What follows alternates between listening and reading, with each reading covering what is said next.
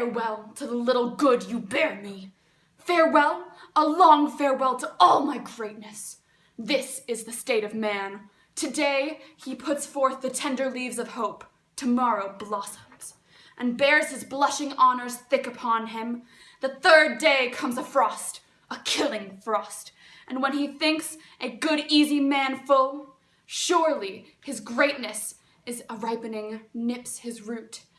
And then he falls as I do. I have ventured like little wanton boys that swim on bladders, this many summers in a sea of glory, but far beyond my depth. My high-blown pride at length broke under me, and now has left me weary and old with service, to the mercy of a rude stream that must forever hide me. Vain pomp and glory of this world, I hate ye. I feel my heart new opened. Oh, how wretched is that poor man that hangs on princes' favors. There is betwixt that smile we would aspire to, that sweet aspect of princes and their ruin, more pangs and fears than wars or women have, and when he falls like Lucifer, never to hope again. Okay, so when looking at a poem like this that is an excerpt from a larger work, it's important to read the introduction because a lot of times that will give you important or crucial information that you need to properly analyze the poem. So in this case, the introduction answers the first three parts of Soapstone: speaker, occasion, and audience. It tells us that the speaker is Cardinal Wolsey, the occasion is his dismissal from his position as advisor to the king, and that he's alone on stage, and so none of the other characters can hear him, so the audience is just the people who are watching the play.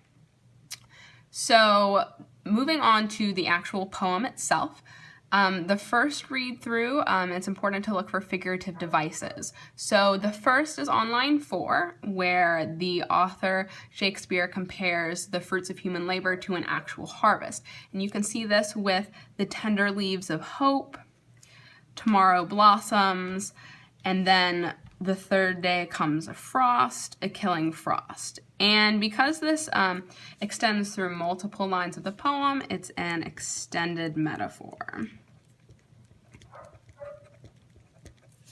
Then the next figurative device that Wolsey uses is an analogy between himself and little wanton boys that swim too far. And this shows that Cardinal Wolsey has gone out of his depth and in a sea of glory far beyond his depth. Then he ends the poem with a simile, comparing himself to Lucifer, who falls from the grace of God into hell. And this shows that Wolsey believes that he will be trapped in misery for the rest of his life and will never recover from this blow.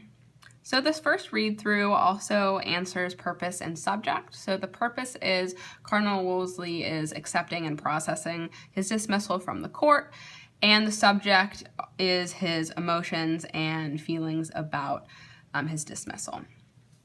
So when looking at tone, it's important to go through and note any specific words or phrases that show emotion. So the poem starts with a long farewell to all my greatness with an exclamation point, and this is the state of man, which shows more of an angry or bitter tone.